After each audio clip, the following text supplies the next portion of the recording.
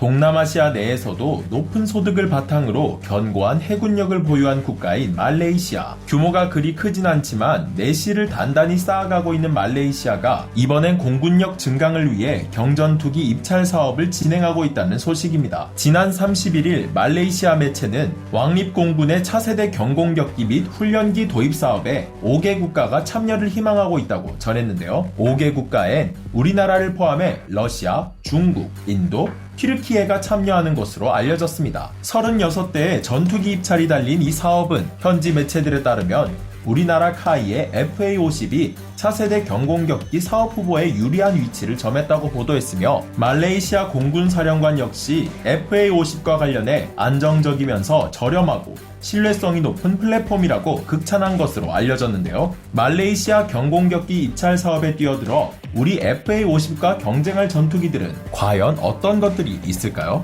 첫 번째, 튀르키예의 휴르제트입니다. 휴르제트는 단발 복좌식으로 튀르키예 공군이 자체 개발에 나선 경공격기이며 밝혀진 데이터는 최대 마 1.4의 속력과 F404 엔진을 사용하리라는 것 외에 자세히 알려진 바가 없는데요. 그도 그럴 것이 휴르제트는 완제품이 없는 아직 이 세상에 탄생하지 않은 기체라고 합니다. 그 와중에 빠르면 올해, 늦으면 내년에 초도 비행을 목표로 하는 휴르제트는 자국산 초음속 항공기를 띄운 지 불과 3-4년 만에 도전하는 최신형 항공기로 일각에선 이게 가능한 일인가 의문을 품고 있는 수준인데요. 심지어 미국과의 관계로 인해 F404 엔진 역시 제대로 받아올 수 있을까에 대해 의문이 드는 가운데 말레이시아가 튀르키예를 선택할 가능성은 매우 낮은 것으로 판단됩니다. 두 번째, 중국의 JF-17입니다. 청두 항공기 공업그룹과 파키스탄 항공집단이 공동으로 개발한 JF-17. 무엇보다도 4세대 중 가장 싼 전투기라는 타이틀을 가지고 있는 이 전투기는 중국의 J7 시리즈 후속기 시장을 노리고 개발된 기체이며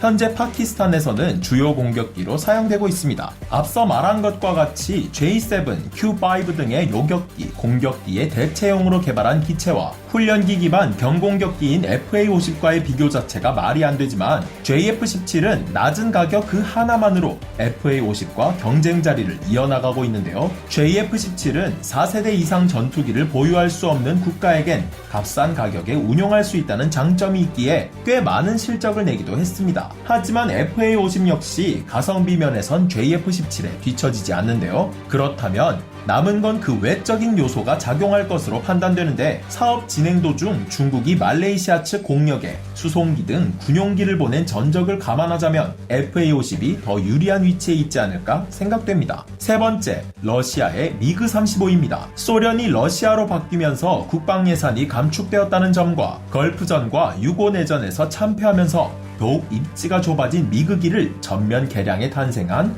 미그-35. 단점이었던 짧은 항속거리, 레이더, 엔진 수명, 빈약한 무장량 등이 대폭 개선되었고 단좌, 복좌 선택 가능, 최고 속도 마 2.2, 전투행동 반경 1000km와 공중급유까지 가능하게 된 미그-35는 러시아가 내놓은 최고 성능을 자랑하는 경공격기인데요. 그러나 가진 능력에 비해 현저히 빈약한 수출 실적을 가지고 있는 미그-35. 러시아는 이번 기회를 통해 기존 미그-29를 사용하는 말레이시아에 야심차게 도전장을 내민 것입니다. 하지만 말레이시아도 보는 눈이 있고 들리는 귀가 있는데 말레이시아가 원하는 체급도 벗어났고 군수 지원 문제가 불거지는 것은 물론 가장 중요한 현재 같은 상황에 러시아제 전투기를 받아들이는 행동은 하지 않을 것으로 보입니다. 마지막 네 번째, 인도의 테자스입니다. 과거 소련에서 들여온 미그-21을 대체하기 위해 개발한 테자스 전투기는 델타입 구조의 자중 6.5톤, 최대 이륙 중량 4톤으로 FA-50과 비슷한 제원을 가지고 있으며 엔진은 IN-20으로 F404 계열 엔진 중 가장 강한 것을 탑재했습니다. 마하 1.8, 전투 행동 반경 500에서 1700km까지 비행이 가능한 테자스는 23mm 고정형 기관포를 장착하고 있으며 8개의 하드포인트를 통해 무장이 가능한데요.